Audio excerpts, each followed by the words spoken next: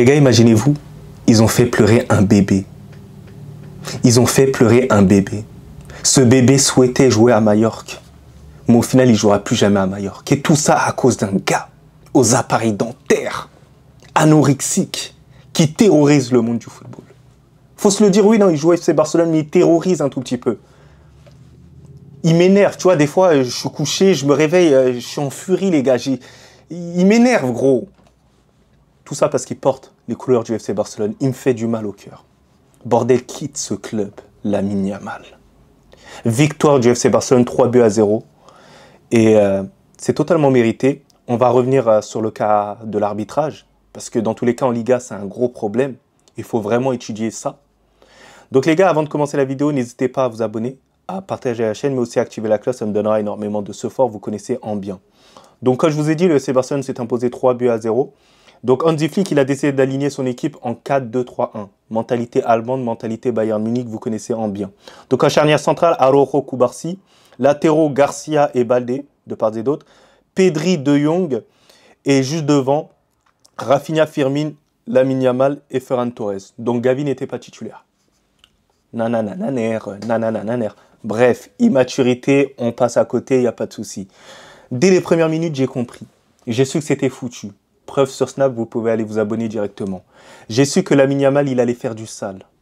Premier toucher de balle, je savais que le FC Barcelone allait s'imposer. Lamine Yamal était trop en furie. Il éliminait trop facilement son joueur. C'était trop facile. Et en plus, les passes, elles s'enchaînaient assez rapidement. Et même défensivement, il y avait une cohérence au niveau du hors-jeu. Parce que je me posais des questions, je me disais, est-ce que Araujo, il va réussir à s'adapter intellectuellement pour pouvoir mettre l'adversaire en position de hors-jeu? Ben, il a réussi à le faire, les gars. Araujo a été intelligent dans ce match-là. Et c'est exceptionnel, les gars. Il a un développement maintenant, c'est incroyable. Alors, je sais qu'il y a énormément de polémiques là sur ce match-là. Mais avant, moi, je voudrais parler de la passe que Lamine Yamal fait à Rafinha. Tout simplement extraordinaire, incroyable, lunaire. Parce que même moi, à la télévision, j'ai même pas pu voir cette passe. Vous imaginez, les gars? Lui, il était sur le terrain, il était là. Et il a vu cette passe-là.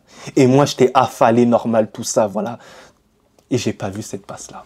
C'est ce qu'on appelle un don, les gars. C'est ce qu'on appelle un don.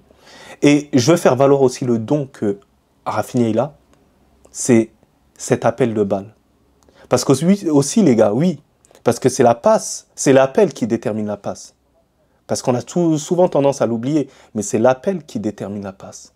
Donc l'appel de Rafinha, il est tout simplement tranchant. Et vous connaissez sa finition, elle est chirurgicale.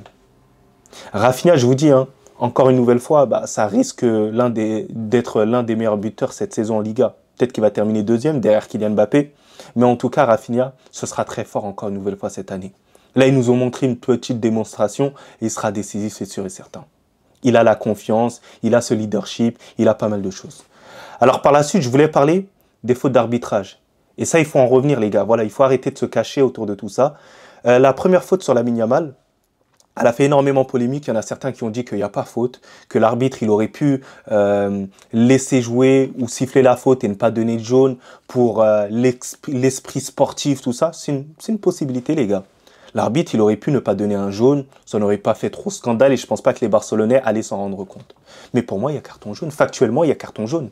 Si on suit les règles, il y a carton jaune, les gars. Que vous le vouliez ou non, que vous soyez fâché ou pas. Oui, non, moi, j'étais dans ma hate watch. Je voulais voir le FC Barcelone perdre. Je voulais voir le FC Barcelone échouer. Mais malgré ça, j'ai quand même la lucidité et le recul de me dire que quand même, si le Real Madrid était dans la même situation, bah, je serais bien content que l'arbitre soit juste à ce moment-là. C'est une réalité, même si l'arbitre il était catastrophique sur tout le match. Hein. Vraiment, il y a des fautes qui n'ont pas été sifflées de part et d'autre. Que ce soit de Majorque, que ce soit du FC Barcelone. Mais pour moi, ce carton rouge, ce double jaune en gros, il est totalement justifié. Alors par la suite, il y a une autre situation, et c'est Murieki. Murieki, je suis bien content qu'il est sorti parce qu'il n'a rien foutu. Il a raté des occasions incroyables. C'est le 12e homme du FC Barcelone. Il n'a même pas honte, les gars. Et en plus, il sourit bêtement. C'est drôle, hein, espèce de golemon, va. T'as eu des occasions et t'as frappé comme du n'importe quoi, en fait. Comme si tu t'en fous, en fait, de ce match-là. Mais qu'est-ce qui te prend, garçon? Mais cher que tu sois sorti. Alors, de manière objective, les gars. Mais comment il peut y avoir de débat sur le carton rouge de Murieki? Il le met un saut chassé, les gars, en mode Undertaker sur la face. Je ne sais même pas pourquoi l'arbitre il est allé même voir la VAR à ce moment-là, ou même il a tardé devant la VAR. Tu regardes 30 secondes et il y a carton rouge automatiquement, les gars. Il y a un moment donné, il faut arrêter de se poser énormément de questions. Ensuite, lors de cette première mi-temps, il y a eu encore une situation assez litigieuse.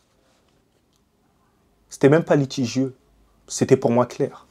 La situation de Rafinha. Alors certes, il y en a certains qui vont me dire qu'il a glissé. Il n'y a pas de souci. Mais les gars, il y a carton rouge. Il y a carton rouge. Sincèrement, les Barcelonais, soyez honnêtes en commentaire. Dites la vérité. Si ça avait été le Real Madrid dans cette situation-là, ça allait dire rouge. Il met en danger la santé du joueur. Même Rafinha, il se lève, il se dit, il est inquiet parce qu'il a peur. Il se dit, ah putain, j'ai fait une dinguerie. Il le sait à ce moment-là. Mais malheureusement, l'action, elle est faite et tout ça. Je sais que c'est pas intentionnel. Ça, c'est un tacle d'attaquant. Mais il y a carton rouge à ce moment-là. Alors, je sais très bien qu'il y a certains Barcelonais qui parleront de certaines situations où le Real Madrid ont été avantagés, tout ça pour justifier cet acte-là.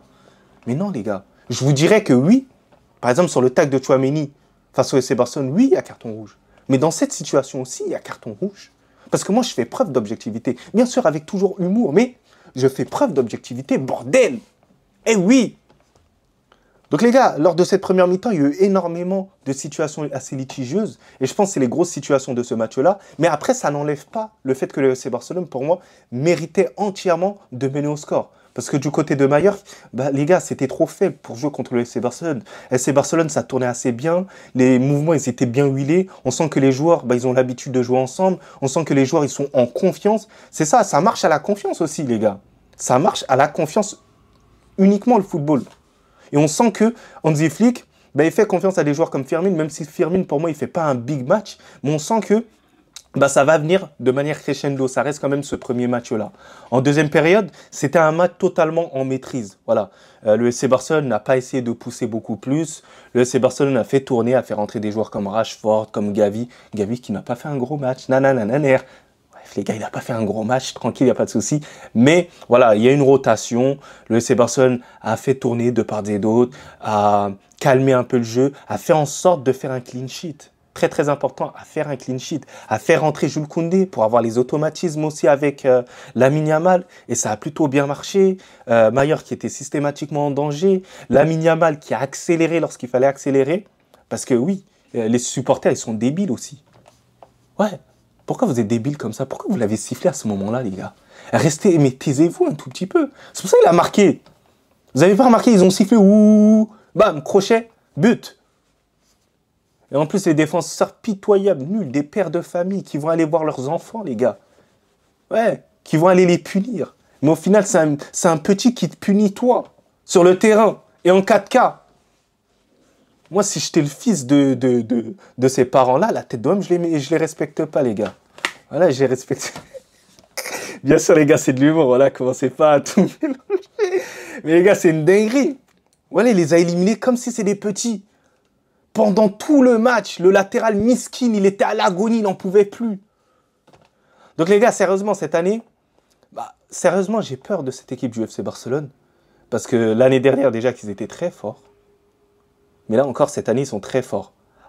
Alors là, je te cache pas, Rashford, il n'a pas fait une bonne rentrée, mais on sent qu'il va s'adapter de plus en plus. Lorsqu'il aura beaucoup plus de temps de jeu, lorsqu'il va s'habituer aux défenses quand même de Liga. On sait qu'avec Kylian Mbappé, c'était assez compliqué, mais Rashford, je pense que ça va être dans le même sens. Parce que c'est un jeu complètement différent de celle de l'APL. L'APL, c'est vrai que les défenses, elles sont un peu moins organisées, il y a beaucoup plus d'espace, donc ça permet aux joueurs de plus s'exprimer. Alors qu'en Liga, c'est beaucoup plus resserré, beaucoup plus refermé. Donc, ça va beaucoup changer. Et ça m'a fait plaisir de voir aussi un autre artiste, un artiste du football, un artiste du ballon rond, Pedri. Mélodieux, incroyable. Encore l'un des hommes du match. Incroyable. Pedri, mais j'ai le seum de l'aimer, tu vois, de l'aimer malgré qu'il jouait FC Barcelone. C'est quelqu'un de tellement humble. Lorsqu'il s'est même exprimé auprès de Bellingham, voilà, le fait qu'il ait vendé Bellingham, dire que en gros il faut pas trop comparer, Bellingham c'est un joueur, il est hyper complet, tout ça, ça montre une preuve d'humilité. Tu peux pas détester ces joueurs comme ça. Tout comme Iniesta, tu peux pas les détester ces joueurs-là. Parce qu'ils ferment leur bouche et ils prouvent sur le terrain, enfin c'est tout. Pas comme Gavi, l'autre qui parle à chaque fois. Je le déteste, oui, c'est une réalité, les gars.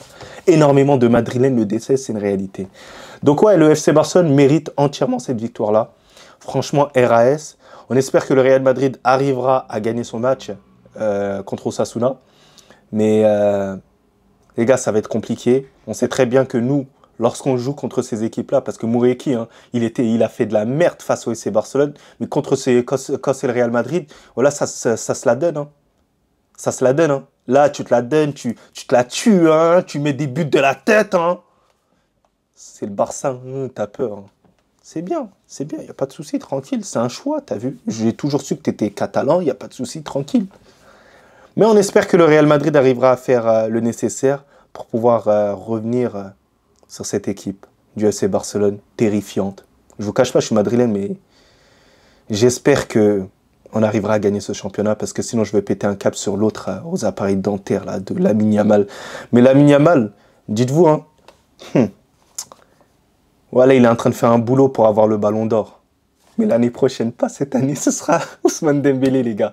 Mais les gars, n'hésitez pas à vous abonner, à partager la chaîne, mais aussi à activer la cloche. Les débriefs du FC Barcelone, ce sera à chaque fois. Voilà, vous connaissez dans l'objectivité et dans l'humour. Ça à toi. Bon, en tout cas, on dit alhamdoulilah.